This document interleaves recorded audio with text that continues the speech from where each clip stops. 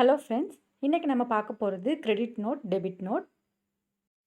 First நம்ம பார்க்க போகிறது கிரெடிட் நோட். எப்போ வந்துட்டு ஒரு இன்வாய்ஸ் வேல்யூ வந்து டிக்ரீஸ் ஆகுதோ அப்போ வந்துட்டு கிரெடிட் நோட் வந்து இஷ்யூ பண்ணுவாங்க. மோஸ்ட்லி சப்ளையர் தான் வந்துட்டு ஜிஎஸ்டியில் கிரெடிட் நோட் வந்து இஷ்யூ பண்ணுவாங்க. நீங்கள் பர்ச்சேஸ் பண்ண ப்ராடக்ட்டோட டாக்ஸபிள் வேல்யூ வந்துட்டு எக்ஸீட் ஆயிடுச்சு ஆக்சுவல் வேல்யூவோட. அதாவது ஆக்சுவல் வேல்யூ வந்து 10,000 தான். ஆனால் உங்களுக்கு டேக்ஸ் இன்வாய்ஸ் இஷ்யூ பண்ணும்போது அதில் 15,000 எக்ஸ்ட்ரா 5,000 இஷ்யூ பண்ணிட்டாங்க. அப்படி இல்லைன்னா ஒரிஜினலாக அந்த ப்ராடக்ட்டுக்கான டேக்ஸ் வந்து 12% தான். ஆனால் அவர் பை மிஸ்டேக் 18% அப்படின்னு போட்டு டேக்ஸ் இன்வாய்ஸ் இஷ்யூ பண்ணிட்டாருன்னா உங்கள் சப்ளையர் வந்து ஜிஎஸ்டிஆர் 1 ஃபைல் பண்ணும்போது கிரெடிட் நோட் இஷ்யூ பண்ணுவார். அது உங்களுக்கு ஜிஎஸ்டிஆர் 2A ரெஃப்ளெக்ட் ஆகும்.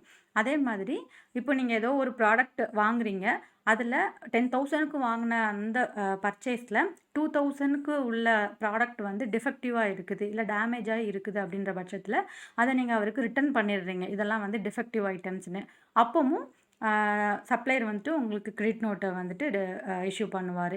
இது வந்து குட்ஸுக்கு சொன்னோம் இல்லையா, இதே மாதிரி சர்வீசஸ்க்கும் அப்ளிகபிள் ஆகும். ஸோ இந்த மாதிரியான கண்டிஷன்ஸில் இன்வாய்ஸ் வேல்யூ டிக்ரீஸ் ஆகுது. அதாவது ரிசிபியண்ட்டாக நீங்கள் வந்துட்டு உங்களுக்கு வந்து இன்வாய்ஸ் வேல்யூ வந்து டிக்ரீஸ் ஆகுது.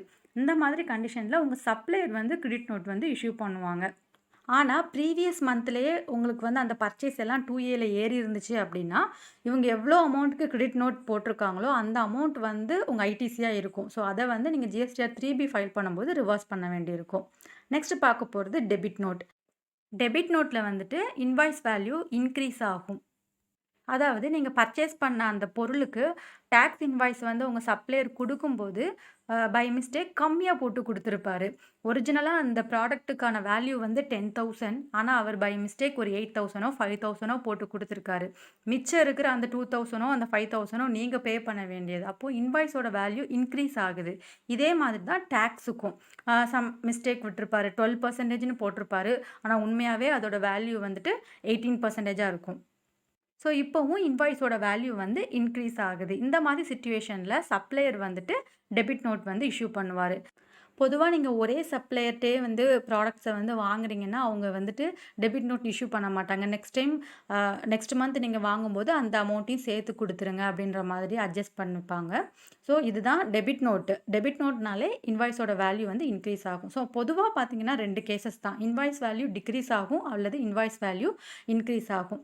டிக்ரீஸ் ஆகும்போது சப்ளையர் வந்து கிரெடிட் நோட் வந்து இஷ்யூ பண்ணுவார். எக்ஸாம்பிள், இப்போ ரிசிபியன்ட் இருக்காரு, நீங்கள் ஒரு ப்ராடக்ட் வாங்கியிருக்கிறீங்க, அது ஏதோ ஒரு டேமேஜான ப்ராடக்ட் அப்படின்றதுனால நீங்கள் சப்ளையருக்கு அது வந்து திருப்பி கொடுத்துட்றீங்க. ஸோ அப்போ நீங்கள் டெபிட் நோட் கொடுப்பீங்க. அதாவது இந்த மாதிரி டிஃபெக்டிவ் ஐட்டம்ஸாக இருக்குது அப்படின்ட்டு. சப்ளையர் வந்துட்டு அதை அக்னாலேஜ் பண்ணிவிட்டு கிரெடிட் நோட் வந்து கொடுப்பாரு. கிரெடிட் நோட்டை அவர் ஜிஎஸ்டிஆர் 1லையுமே ஃபைல் பண்ணுவார். அது வந்து உங்கள் 2Aல ரெஃப்ளெக்ட் ஆகும்.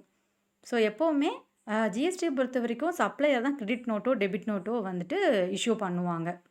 ஒரு எக்ஸாம்பிள் வச்சு பார்க்கலாம். இப்போ என்னுடைய சப்ளையர் வந்து எனக்கு கிரெடிட் நோட் இஷ்யூ பண்ணியிருக்காரு அப்படின்னா ஜிஎஸ்டிஆர் 2Aல வந்துட்டு இந்த கிரெடிட் நோட் டெபிட் நோட் டீட்டெயில்ஸில் காட்டும். உள்ளே போய் பார்த்தீங்கன்னா சப்ளை டைப் வந்து கிரெடிட் இருந்துச்சுன்னா சீன் போட்டிருக்கும், டெபிட் இருந்துச்சுன்னா டீன் போட்டிருக்கும். அதே மாதிரி எல்லா டீட்டெயில்ஸ்லையும் அதில் போட்டுட்டு டோட்டல் டேக்ஸபிள் வேல்யூ எவ்வளோ, அதுக்கான சிஜிஎஸ்டி எவ்வளோ, ஐஜிஎஸ்டி எவ்வளோ அப்படின்றத அதில் லிஸ்ட் பண்ணி காட்டியிருப்பாங்க.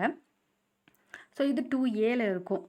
ஸோ உங்களோட 2Bயை நீங்கள் ஓப்பன் பண்ணி பார்த்தீங்க அப்படின்னா அதில் ஐடிசி ரிவர்சல் பண்ண வேண்டிய அந்த பாக்ஸில் வந்துட்டு இந்த வேல்யூ இருக்கும். ஸோ நீங்கள் இது 3B ஃபைல் பண்ணும்போது இந்த அமௌண்ட்டை வந்து நீங்கள் ரிவர்ஸ் பண்ணணும். ஏன்னா இது வந்து நீங்கள் ரிட்டர்ன் பண்ண வேல்யூ இல்லது உங்கள் சப்ளையர் வந்து தப்பாக போட்ட வேல்யூ. ஸோ உங்கள் இன்வாய்ஸ் வேல்யூ வந்து டிக்ரீஸ் ஆகுது. அப்போது ஏற்கனவே நீங்கள் இதில் ஐடிசியில் எடுத்துருந்தீங்கன்னா அந்த வேல்யூவை வந்து நீங்கள் ரிவர்ஸ் பண்ணணும். ஸோ டோட்டல் ஐடிசியிலேருந்து இவ்வளோ ஐடிசி கழிஞ்சு நெட் ஐடிசி வந்து உங்களுக்கு இவ்வளோ தான் இருக்கும் அப்படின்ற மாதிரி அது ஆட்டோ ஜென்ரேட் ஆகி கொடுக்கும். நெக்ஸ்ட் பார்க்க போகிற கேஸ் வந்து சப்ளையர் வந்து டெபிட் நோட் இஷ்யூ பண்ணுற கேஸ். இந்த கேஸில் வந்து இன்வாய்ஸ் வேல்யூ வந்து இன்க்ரீஸ் ஆகும். அதாவது ரிசிபியன்ட் வந்து நீங்கள் கம்மியாக இன்வாய்ஸ் அமௌண்ட் போட்டிருக்கிறீங்க அப்படின்னு கிரெடிட் நோட் இஷ்யூ பண்ணுவார். சப்ளையர் வந்து அதை அக்னாலேஜ் பண்ணிவிட்டு டெபிட் நோட்டை வந்து இஷ்யூ பண்ணுவார். ஸோ அவர் ஜிஎஸ்டிஆர் 1 ஃபைல் பண்ணும்போது டெபிட் நோட் இவ்வளோ அமௌண்ட் அப்படின்னு போட்டு கொடுப்பாரு. ஸோ உங்கள் சப்ளையர் வந்து டெபிட் நோட் இஷ்யூ பண்ணுறாங்க அப்படின்னா ஜிஎஸ்டிஆர் 2Bயில் inward supplies liable to reverse charge அப்படின்றதுக்கு கீழே வந்துட்டு டெபிட் நோட் ஆகட்டும், டெபிட் நோட்டோட அமெண்ட்மெண்ட்ஸ் எதுவாக இருந்தாலும் அந்த இடத்துல அது ரிஃப்ளெக்ட் ஆகும். ஸோ அமௌண்ட் வந்து நீங்கள் பே பண்ண வேண்டியதை விட கம்மியாக பே பண்ணியிருந்திருப்பீங்க. ஸோ உங்களுக்கு அது ஐடிசியாக இருக்காது. 10,000 பே பண்ண வேண்டியதில் 5,000 தான் நீங்கள் பே பண்ணியிருப்பீங்க. ஸோ அந்த அமௌண்ட்டை வந்து இதில் போட்டு நீங்கள் பே பண்ணுற மாதிரி இருக்கும். Mostly inward supplies liable to reverse சார்ஜ்னா ஐடிசி வச்சு நீங்கள் பே பண்ண முடியாது. பை கேஷாக தான் நீங்கள் பே பண்ண வேண்டியிருக்கும். ஜிஎஸ்டிஆர் 3பியில் டேபிள் 4ஏல சப்செக்ஷன் 3ல அந்த அமௌண்ட்டை நீங்கள் பே பண்ண வேண்டியிருக்கும். கிரெடிட் நோட் டெபிட் நோட் பற்றி உங்களுக்கு ஒரு சின்ன ஐடியா கிடச்சிருக்கும். அப்டேட்ஸை உடனுக்குடனே தெரிஞ்சுக்கிறதுக்கு சேனலை மறக்காமல் சப்ஸ்கிரைப் பண்ணுங்கள். வீடியோ பிடிச்சிருந்துச்சுன்னா லைக் அண்ட் ஷேர் பண்ணுங்கள். தேங்க்யூ.